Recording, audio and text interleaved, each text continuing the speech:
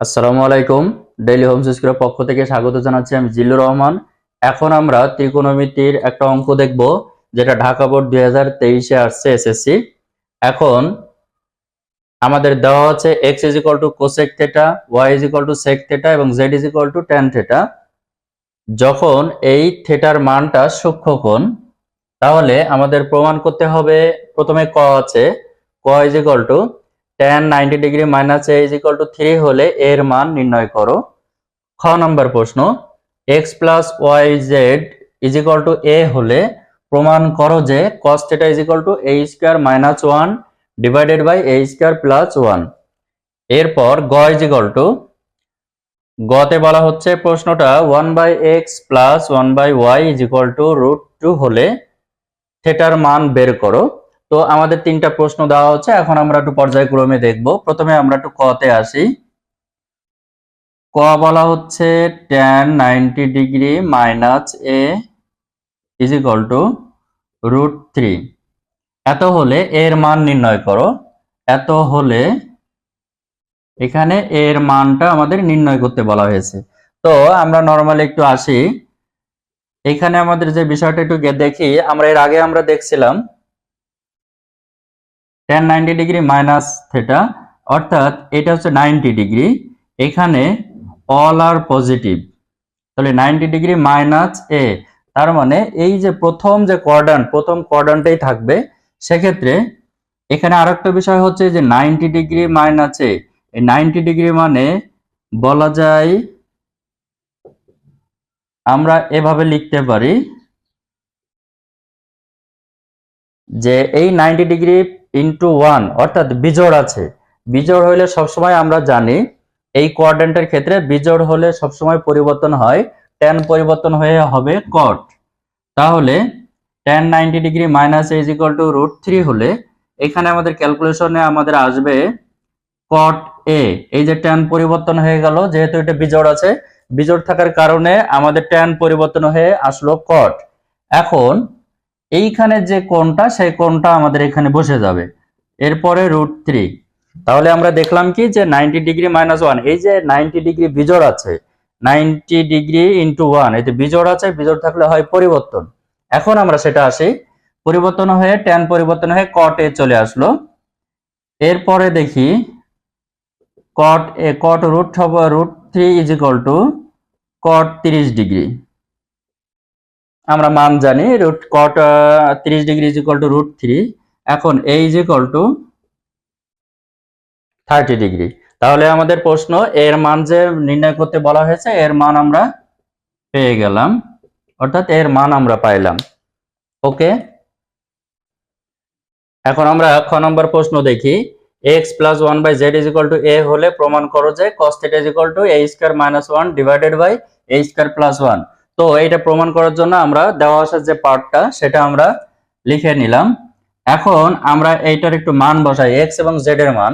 x এর মান হচ্ছে cosec theta, cosec theta, z এর মান হচ্ছে tan theta is equal to a।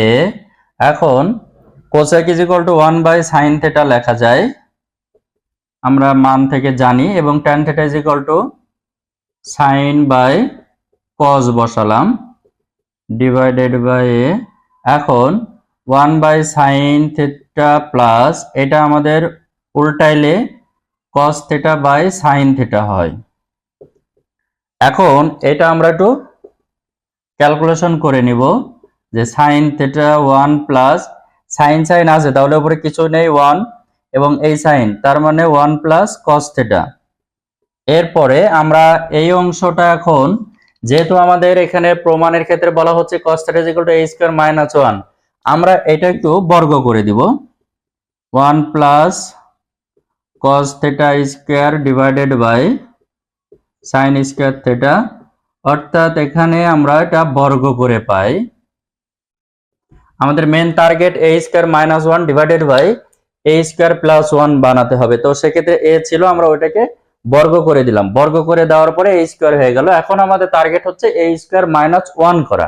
সেক্ষেত্রে আমরা একটু আসি,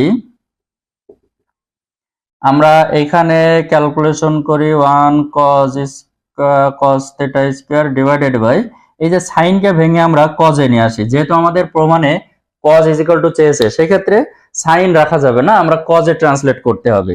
সেক্ষেত্রে sine square theta is equal to 1 minus cos square theta এই স্কোয়ার। তাহলে আমরা একটু বসাই 1 plus cos theta 1 plus cos theta, এটা আমরা লিখতে পারি যেহেতু 1 প্লাস কজ হোল স্কোয়ার দেওয়া আছে, এই জন্য আমরা দুইটা পার্ট করে নিলাম। কেন, আমরা এইখানে 1 মাইনাস কজ স্কোয়ার ওইটাকে আমরা একটু ভাঙবো। তো 1 minus cos square is equal to 1 plus cause 1 minus cause করা যায় is equal to a square. সেক্ষেত্রে আমরা এখন একটু কাটাকাটি করি, 1 প্লাস কজ স্কোয়ার থিটা কেটে দিলাম, শুধুমাত্র আমাদের কাছে থাকলো 1 plus cos theta divided by 1 minus cos theta is equal to a square. এখন আমরা এই যে প্রশ্নের সাপেক্ষে এ স্কোয়ার মাইনাস 1 এটা করার জন্য আমরা এখানে বিয়োজন যোজন করি।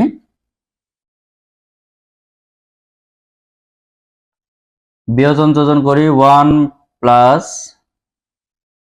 কস থিটা মাইনাস 1 মাইনাসে প্লাস হয়ে গেল ডিভাইডেড বাই, মানে বিয়োজন বিয়োজন করলে উপরেরটার নিচেটা অর্থাৎ লব এবং হর, তাহলে বিয়োজন করছি আমাদের উপরেরটার সাথে নিচেরটা বিয়োগ হবে যেহেতু বিয়োজন যোজন করছি।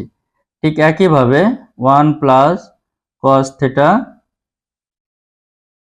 1 মাইনাস কস থিটা, এই যে a square minus 1 a square plus 1, a square by যদি আমি কিছু না থাকে মানে সেখানে আমরা 1 ধরে নিতে পারি।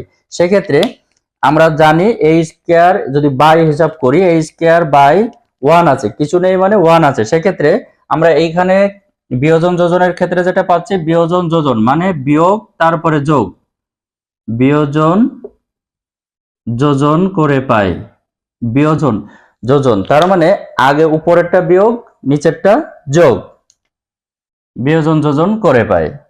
এখন আমরা একটু এখানে কাটাকাটি করি, 1 1 কাটা গেল, এখানে কজ কজ কাটা যায়, আমরা একটু লিখি এখান থেকে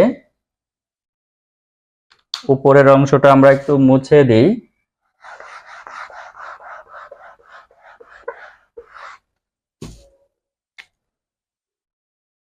আমরা এখানে পেলাম 2 cos থিটা